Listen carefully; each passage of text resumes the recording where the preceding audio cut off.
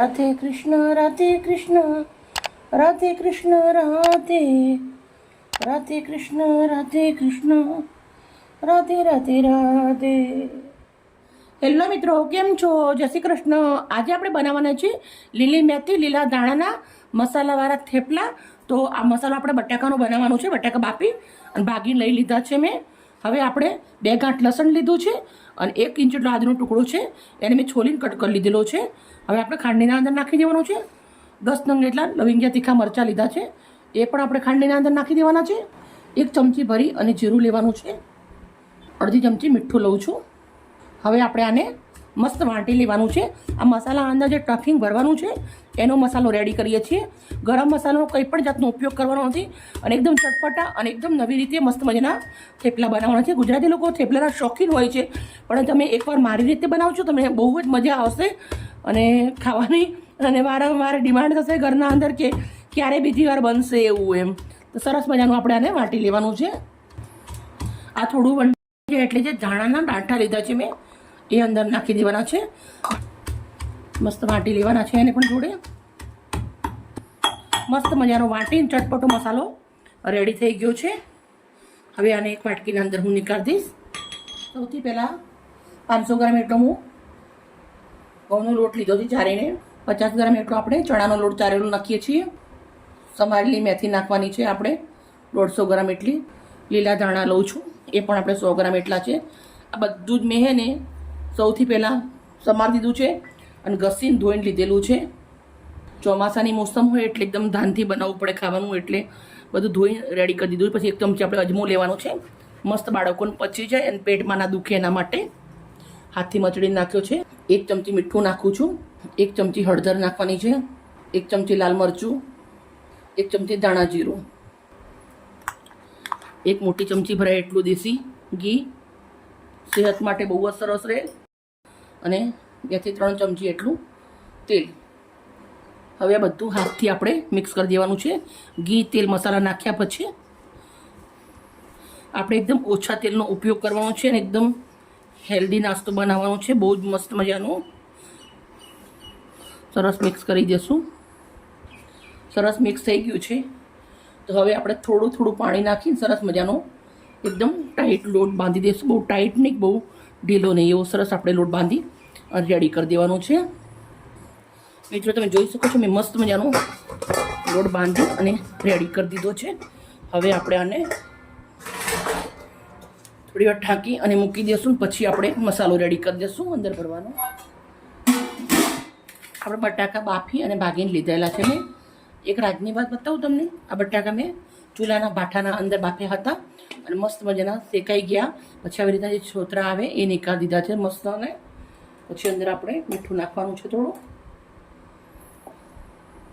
થોડી હળદર નાખવાની છે, અડધી ચમચી ધાણા જીરું, થોડી હિંગ નાખું છું. આપણે ઝંઝણાટી જે મસાલો ઠેચો વાટી નાખ્યો છે એ નાખી દેવાનો છે. આપણે વઘારવાનો નથી, આપણે આવી રીતે જ બનાવવાનું છે. આનાથી ટેસ્ટ બહુ જ સરસ આવે છે. હવે આપણે મસાલાને સરસ મજાનું બટાકાના અંદર મિક્સ કરી દેવાનું છે. મિત્રો તમે જોઈ શકો છો આપણો મસાલો મસ્ત મજાનો રેડી થઈ ગયો છે. હવે આપણે ભરેલું થેપલું બનાવી દેવાનું છે. તો આપણે આવી રીતના થોડો થોડો લોટ લઈ લેવાનું.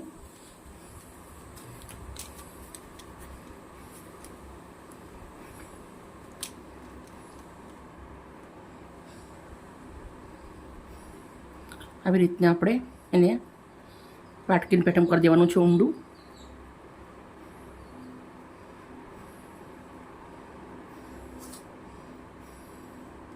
હવે આપણે મસાલો લેવાનો છે.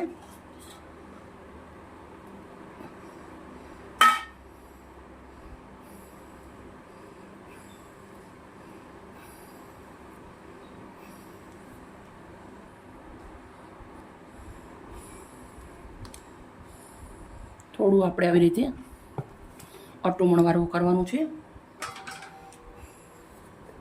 પહેલાં હાથથી આપણે આવી રીતે એને દબાવી દેવાનું છે.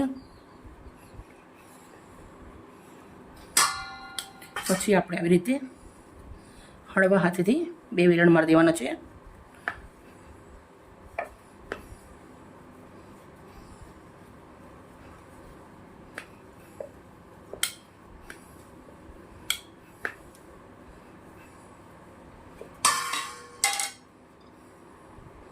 તમે જોઈ શકો છો મસ્ત વણાઈ અને રેડી થઈ ગયું છે.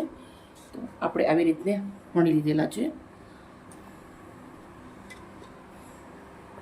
શેકી દેશું. તવી ગરમ મૂકી દીધી છે. તવી આપણે સરસ ગરમ થઈ ગઈ છે. હવે આપણે થેપલું મૂકી દેશું.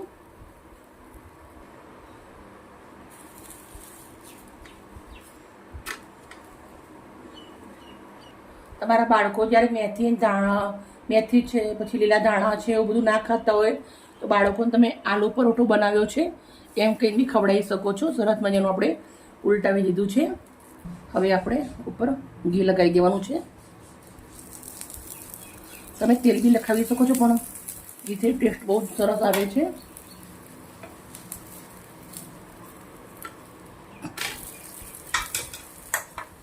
બીજી બાજુ પણ થોડું આપણે ઘી લગાવી દઈશું.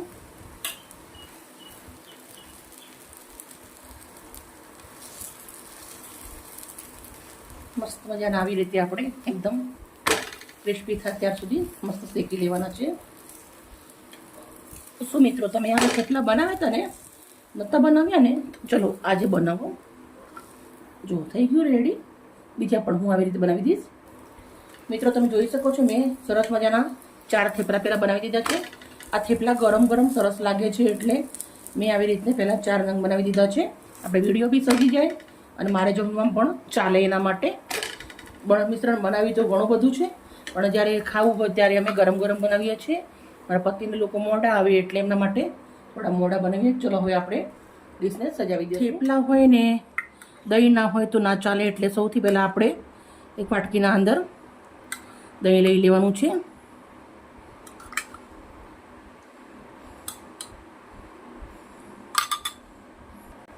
હવે આપણે જે થેપલા બનાવ્યા છે તમે જોઈ શકો છો, બહુ જ મસ્ત મજાના બની અને રેડી થઈ ગયા છે.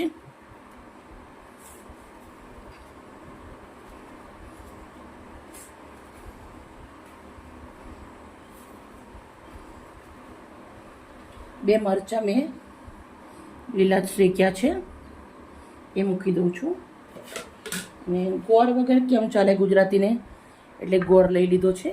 એકદમ કમ્પ્લીટ ડીશ રેડી થઈ ગઈ છે.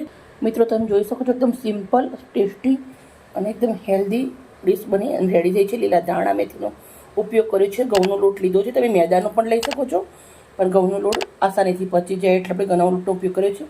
ઓકે મિત્રો, બાય બાય. કાલે મળીશું રેસીપી સાથે.